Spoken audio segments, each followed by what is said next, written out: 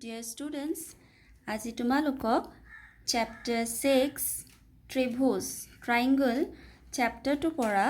এটা অতি ইম্পৰ্টেন্ট উপপাদ্য লৈ আহিছো এটো ওপৰত আমি আলোচনা কৰিম উপপাদ্য 6.1 পেজ নম্বৰ 161 ত আছে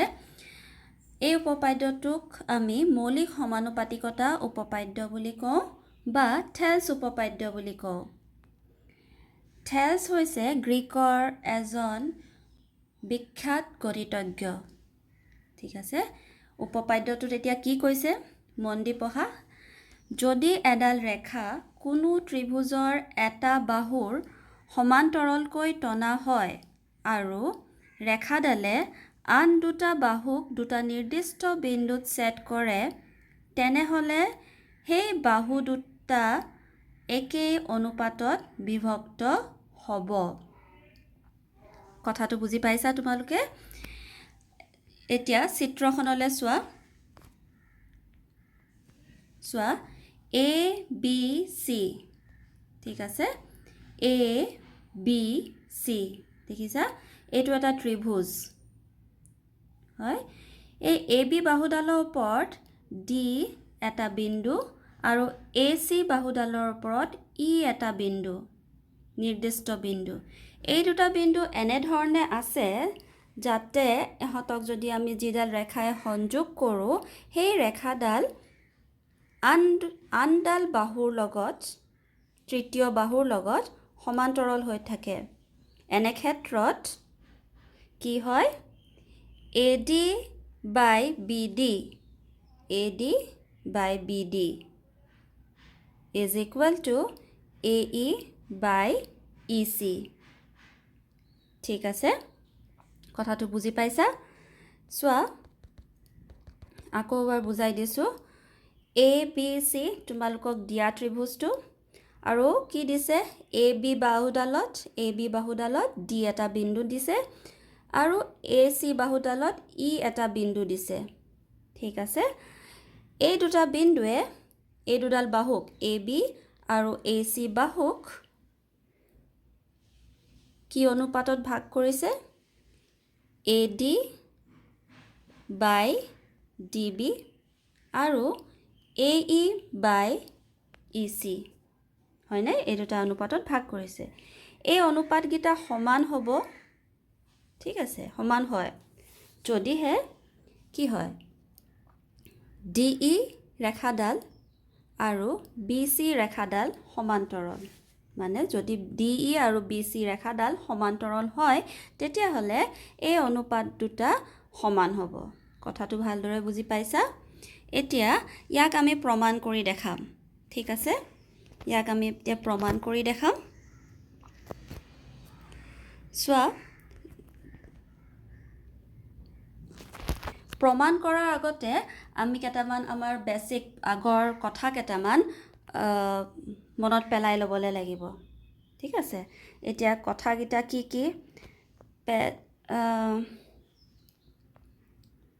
চোৱা এটা ত্ৰিভুজ যিকোনো এটা ত্ৰিভুজ এইটো এটা ত্ৰিভুজ এই ত্ৰিভুজটোৰ নাম যদি মই দিও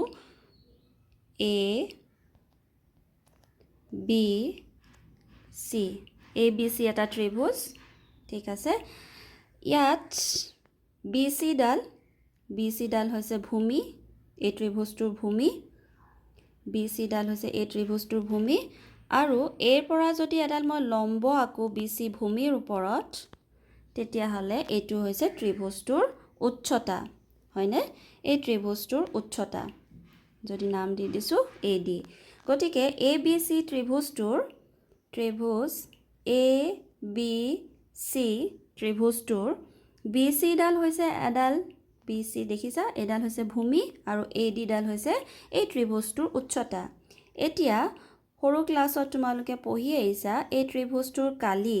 আমি এনে ধৰণে লিখো AR মানে area of the triangle ABC হয় না শৰ্টত আমি AR triangle ABC বুলি লিখো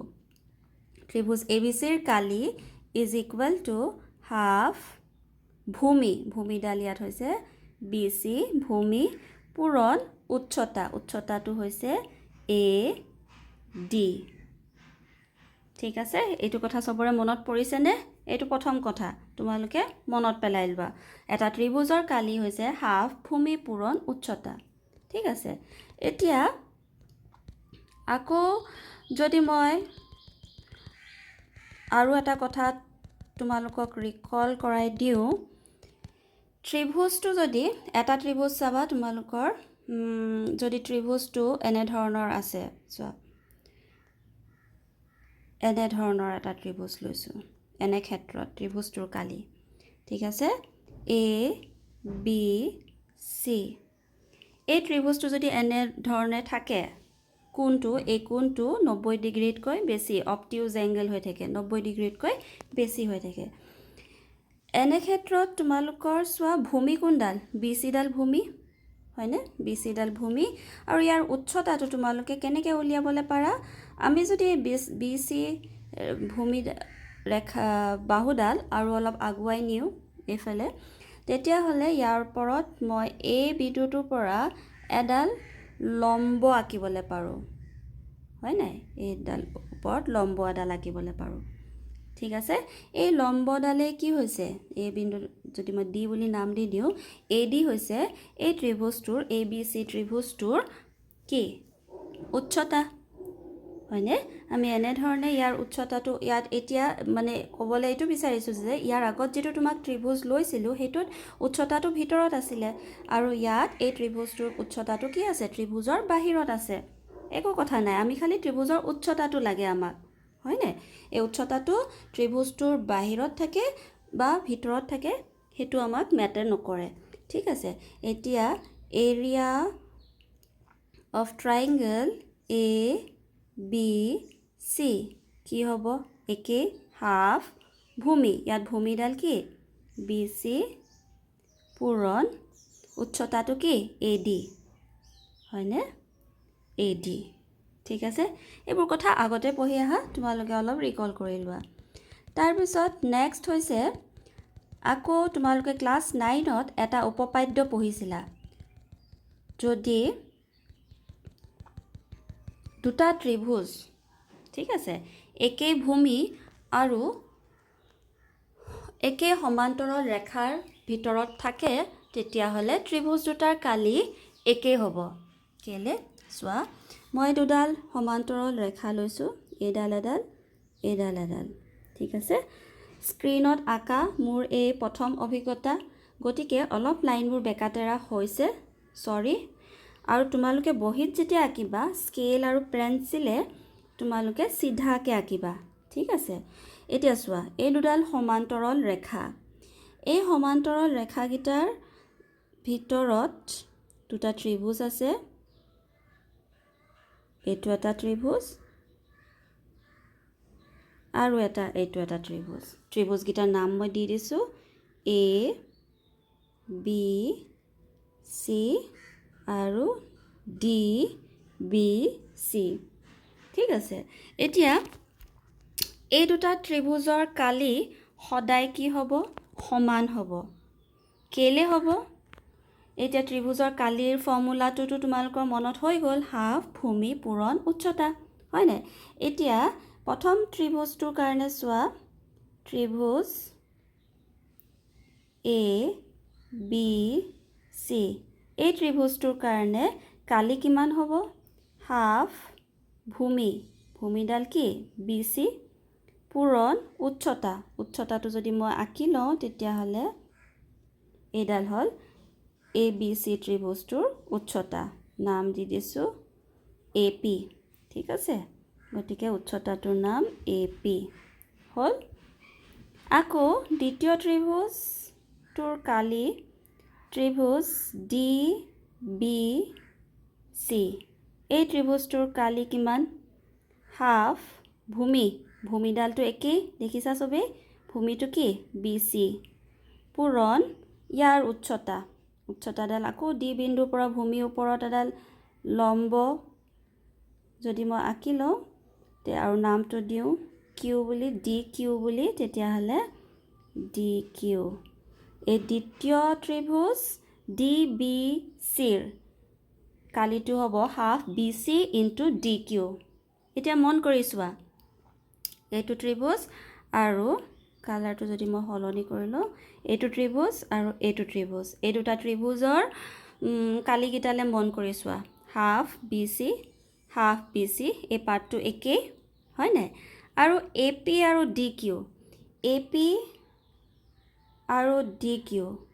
এই দুটা বাৰু সমান উচ্চতাৰ নহবনে হ'ব নাই কেলে কি এইডাল ৰেখা আৰু এইডাল ৰেখা আমি সমান্তৰাল বুলি কৈছো সমান্তৰাল ৰেখা কাক কয় যি দুডাল ৰেখাৰ মাজৰ দূৰত্বটো সদায় সমান থাকে সেই দুডাল ৰেখাকে সমান্তৰাল ৰেখা বুলি কয় তোমাকৰ মনত পৰিছে গতিকে এইডাল ৰেখা যিটো মাজৰ দূৰত্ব AP আৰু DQ এহঁতৰ মানগিটা সমান হয় নাই মানে AP আৰু DQ মানগিটা সমান তো গতিকে আমি কি পাইছো এৰিয়া অফ ট্ৰায়াঙ্গল ABC ত্ৰিভুজ ABC ৰ কালি আৰু ত্ৰিভুজ DBC ৰ কালি সদায় সমান হ'ব গতিকে এটো এটা বহুত ইম্পৰ্টেন্ট উপপাদ্য ক্লাস 9 ত অলৰেডি ইয়াৰ প্ৰুফটো তোমালকে প্ৰমাণটো পঢ়ি আহিছা তোমালকক ৰিকল কৰাই দিছো দুডাল সমান্তৰাল ৰেখাৰ মাজত থকা দুটা ত্ৰিভুজ যদি একেই ভূমিৰ ওপৰত থাকে অৱস্থিত থাকে তেতিয়া হলে সেই দুটা ত্ৰিভুজৰ কালি কি হ'ব সদায় সমান হ'ব ঠিক আছে এটা সবে বুজি পালা এতিয়া দ্বিতীয় নেক্সট স্লাইডখনলৈ আহা এতিয়া ইয়াত আমি প্ৰমাণ কৰিবলৈ গৈ আছো ঠিক আছে এতিয়া আমি ইয়াত আমাৰ উপপাদ্যটো প্ৰমাণ কৰিবলৈ গৈ আছো প্ৰমাণ কৰোঁতে কৰা স্টেপছ কিটা আমি সদায় একে ধৰণে ফলো কৰো প্ৰথমতে আমি প্ৰমাণ বুলি লিখি লওঁ তাৰ পিছত আমি কি লিখো দিয়া আছে বুলি লিখো কি দিয়া আছে হেতু লিখি লওঁ কি দিয়া আছে চোৱা ABC এটা ত্ৰিভুজ দিয়া আছে হয় নাই ABC সাইডৰ ছবিখনলে চাবা এইফালে চাবা ABC এটা ত্ৰিভুজ দিয়া আছে আৰু BC ৰেখাৰ সমান্তৰাল BC যিডাল ভূমি তলৰ ৰেখাডাল ইয়াৰ সমান্তৰাল ৰেখা আন দুটা বাহুক সমান্তৰাল ৰেখা DE মানে DE ৰেখাডালে আন দুটা বাহুক AB আৰু AC দুটা নিৰ্দিষ্ট বিন্দু D আৰু E ত সেট কৰিছে ঠিক আছে এতিয়া আমি প্ৰমাণ কৰিবলৈ লাগে যে AD by DB is equal to AE by EC সদায় আমি এইখিনি স্টেপছ লিখি ল'বলৈ লাগিব প্ৰথমতে কি দিয়া আছে তাৰ পিছত কি প্ৰমাণ কৰিব লাগে উপপাদ্যটোত তাৰ পিছত অঙ্কন আমি প্ৰমাণ কৰিবলৈ কেইটামান বস্তু আমি অঙ্কন কৰি ল'বলৈ লাগে আমি অঙ্কনটো কি কৰিছো B আৰু CD সংযোগ কৰিলো BE বিন্দু দুটা আৰু CD বিন্দু দুটা আমি সংযোগ কৰিলো আৰু DN আৰু EO ৰেখাখণ্ড AE আৰু AD ৰ ওপৰত লম্ব টানি লোৱা হ'ল বুজি পাইছা এটা ভালদৰে বুজি পাবা এইখিনি কথা পজ কৰি পিনি ভিডিওটো লিখি লবা আগতে কালি তোমালোকক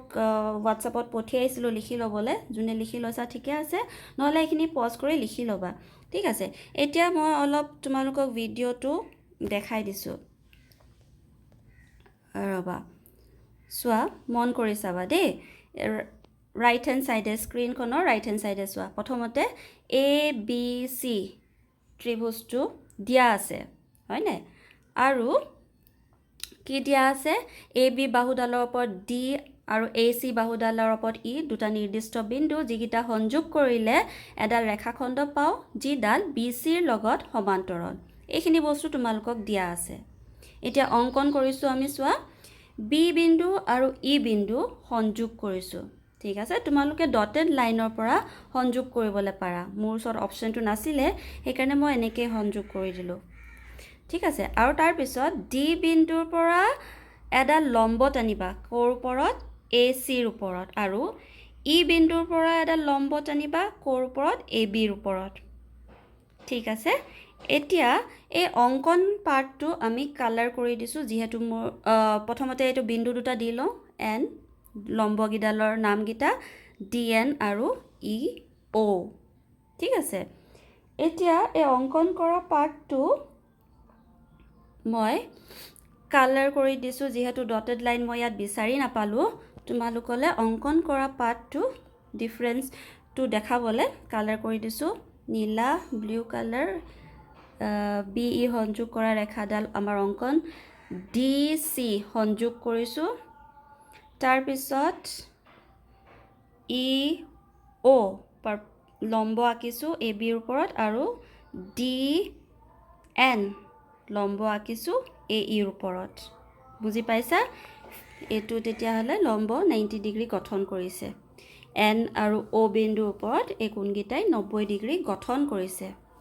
ঠিক আছে এইখিনি কথা ভালদৰে বুজি পাইছা এতিয়া ইয়াৰ প্ৰমাণটো চোৱা এই ছবিখন আমি অংকন কৰাৰ পিছত এনে এখন ছবি আমি পাওঁ ঠিক আছে এতিয়া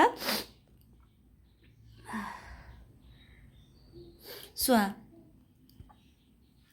ত্ৰিভুজ প্ৰথম লাইনডাল লিখি থৈছোঁ চোৱা ত্ৰিভুজ এ ডি ইৰ কালি ত্ৰিভুজ এ ডি ইৰ কালি ঠিক আছে এ ডি ই এই ত্ৰিভুজটোৰ কালি কি হয় হাফ ভূমি পূৰণ প্ৰস্থ ইজ ইকুৱেল টু এই ত্ৰিভুজটোৰ কাৰণে এ ডি ই ত্ৰিভুজটোৰ কাৰণে ভূমি কোনডাল হ'ল এ ডি ডাল ভূমি হয়নে আৰু ভূমি পূৰণ উচ্চতা ঠিক আছে ভূমি পূৰণ উচ্চতা ইয়াত এইটো ৱৰ্ডটো ভুল হৈ আছে এইটো কি লিখিবা উচ্চতা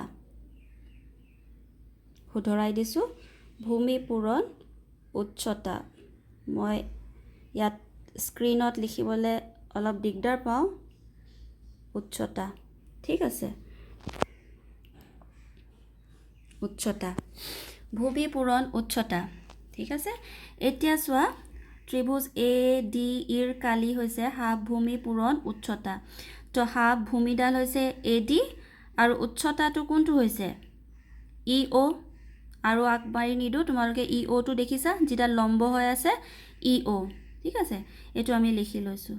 একেধৰণে ত্ৰিভুজ এ ডি একেটা ত্ৰিভুজে লৈছোঁ এ ডি ই একেটা ত্ৰিভুজে লৈছোঁ যদি এবাৰ আমি ভূমি এ ই বুলি ধৰি লওঁ আমি ধৰিব পাৰোঁ কোনো এডাল বাহুৱে আমি ভূমি বুলি ধৰি ল'বলৈ পাৰোঁ এ ই ডাল যদি আমি ভূমি বুলি ধৰি লৈছোঁ তেতিয়াহ'লে এই ভূমিডালৰ ওপৰত উচ্চতা কোনডাল ডি এন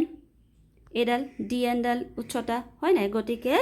আমাৰ কালি হ'ব কি হাফ ভূমি মানে এ ই পূৰণ ডি এন ঠিক আছে এতিয়া এইখিনি অলপ ক্লিয়াৰ কৰি দিওঁ ঠিক আছে এতিয়া একেধৰণে এইখিনিলৈকে চবৰে ক্লিয়াৰ হৈছে বুজি নাপালে পিছত সুধিবা ফোন কৰি একেদৰে ত্ৰিভুজ এ ডি ই ত্ৰিভুজ বি ডি ই ত্ৰিভুজ বি ডি ই এই ত্ৰিভুজটো বি ডি ই ঠিক আছে ত্ৰিভুজ বি ডি ই এই ত্ৰিভুজটোলৈ মন কৰি চোৱা এই ত্ৰিভুজটোত এতিয়া কালি কিমান এইটো 90 ডিগ্ৰীতকৈ বেছি হৈ আছে গতিকে এইটো 90 ডিগ্ৰীতকৈ বেছি হৈ আছে গতিকে এইডাল আমাৰ উচ্চতাডাল বাহিৰৰ ফালে আছে আমি ধৰিব পাৰোঁ এইটো ত্ৰিভুজৰ কাৰণে বি ডি ডাল ভূমি আৰু ই অ' ডাল কি হয় উচ্চতা এই ত্ৰিভুজটোৰ ই অ' ডাল উচ্চতা হয়নে গতিকে লিখিছোঁ হাফ বি ডি ইনটু ই অ' হ'ল একেধৰণে তোমালোকৰ ত্ৰিভুজ চি ই ডি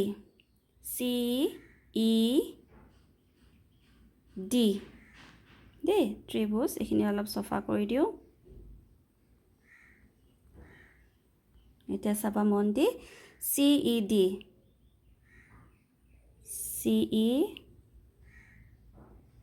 এই ত্ৰিভুজটোলৈ মন কৰি চোৱা চি ই ডি এই ত্ৰিভুজটোৰ কাৰণে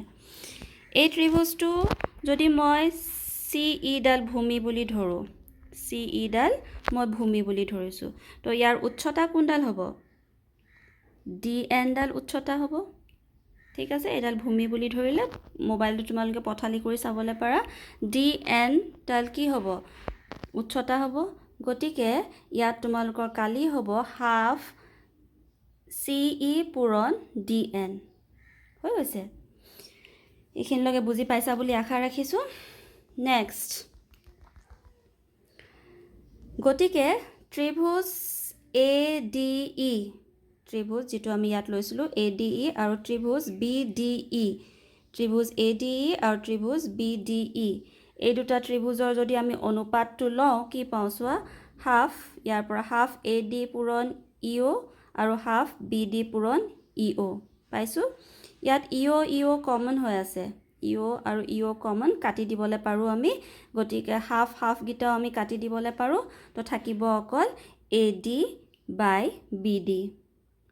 হল একে ধৰণে আকৌ যদি আমি ত্ৰিভুজ ADE আৰু ত্ৰিভুজ CED ৰ অনুপাতটো লওঁ তেতিয়া হলে CED এই দুটা অনুপাত এইখিনি কথা মনত ৰাখিবা কোনকিটা ত্ৰিভুজ লৈছা is equal to half এবাৰ a টো লৈছো half AE into DN আৰু ইয়াৰ পৰা half EC into DN হয় এটা DN একে হয় কাটা কাটি গল half টো কাটা কাটি গল বাকি থাকিলে AE by EC হয় এতিয়া এটুক 1 আৰু 2 বুলি মই মাৰ্ক কৰি থৈছো ইয়াৰ আগতে তোমালোকক বুজালো ভূমি ডি এৰ ওপৰত যদি একে ভূমিৰ ওপৰত থকা দুটা ত্ৰিভুজ দুডাল একে সমান্তৰাল ৰেখাৰ ওপৰত থাকে তেতিয়া হলে ত্ৰিভুজ দুটাৰ কালি কি হ'ব সমান হ'ব হয় নে এটা মন কৰি চোৱা DE ফিগাৰটোলে চাবা DE আৰু BC দুডাল সমান্তৰাল ৰেখা হয় দিয়াই আছিলে এতিয়া ইয়াৰ যদি মই ডি ডাল ভূমি বুলি ধৰি লৈছো এই ভূমিডালৰ ওপৰত এটা ত্ৰিভুজ হৈছে এইটো DBE আনটো ত্ৰিভুজ কালাৰটো যদি চেঞ্জ কৰি দিও কি হ'ব DEC দেখি পাইছা এই দুটা ত্ৰিভুজ হৈছে এই দুটা ত্ৰিভুজ এতিয়া একেই ভূমি ডি এৰ ওপৰত আছে আৰু দুডাল একে সমান্তৰাল ৰেখাৰ মাজত আছে DE আৰু BC সমান্তৰাল ৰেখা দুডালৰ মাজত আছে গতিকে এই দুটা ত্ৰিভুজৰ কি হ'ব কালি দুটা কি হ'ব সমান হ'ব হেতুকে আমি ইয়াত লিখিছো ত্ৰিভুজ DE BDE আৰু ত্ৰিভুজ CED কালি সমান ঠিক আছে এটুক আমি 3 নম্বৰ বুলি মাৰ্ক কৰিছো গতিকে 1 2 আৰু 3 পৰা আমি কি পাওঁ চোৱা যেহেতু 1 আৰু 2 ত মন কৰি চাবা 1 আৰু 2 ত ঠিক আছে এইটো পাৰ্টত মন কৰি চোৱা এইটো পাৰ্টত চাইছা নীলা বক্সটোৰ ভিতৰত AD লবত কি আছে দুইটাৰে লবত ADE আছে আৰু হৰত কি আছে প্ৰথমটো ত্ৰিভুজ BDE আছে আৰু দ্বিতীয়টো CED আছে হয় নে কিন্তু এইটো হৰগিটা সমান হয় এই মাত্ৰ আমি প্ৰমাণ কৰিলো গতিকে দুইটা অনুপাতে সমান হ'ব বুলি আমি ক'ব পাৰো নাই পাৰো গতিকে এই 1 আৰু 2 ৰ যেটো মাৰ্ক কৰি থৈছো তাৰ লেফট হ্যান্ড সাইডত থকা অনুপাত গিটা ত্ৰিভুজৰ কালি গিটা সমান গতিকে ৰাইট হ্যান্ড সাইডত থকা অনুপাত গিটাও এই দুটাও কি হ'ব সমান হ'ব হেতুকে আমি লিখিছো AD by BD is equal to AE by EC ঠিক আছে আমাৰ প্ৰমাণ হৈ গল ভালদৰে বস্তুখিনি বহিত এবাৰ লিখি লবা মোক কথাখিনি মন দি শুনিবা ছবিখন নিজে আঁকিবলৈ চেষ্টা কৰিবা চেষ্টা নহয় নিজে আঁকিবই লাগিব কি দিয়া আছে ত্ৰিভুজটোত কি দিয়া আছে সেইখিনি আগতে আঁকি লবা তাৰ পিছত অঙ্কনটো আঁকি লবা তাৰ পিছত প্ৰমাণ কৰা স্টেপছ কিটা ভালদৰে নিজৰ মতে বুজি মনত ৰাখি নিজে লিখিবা বস্তুখিনি ঠিক আছে থ্যাংক ইউ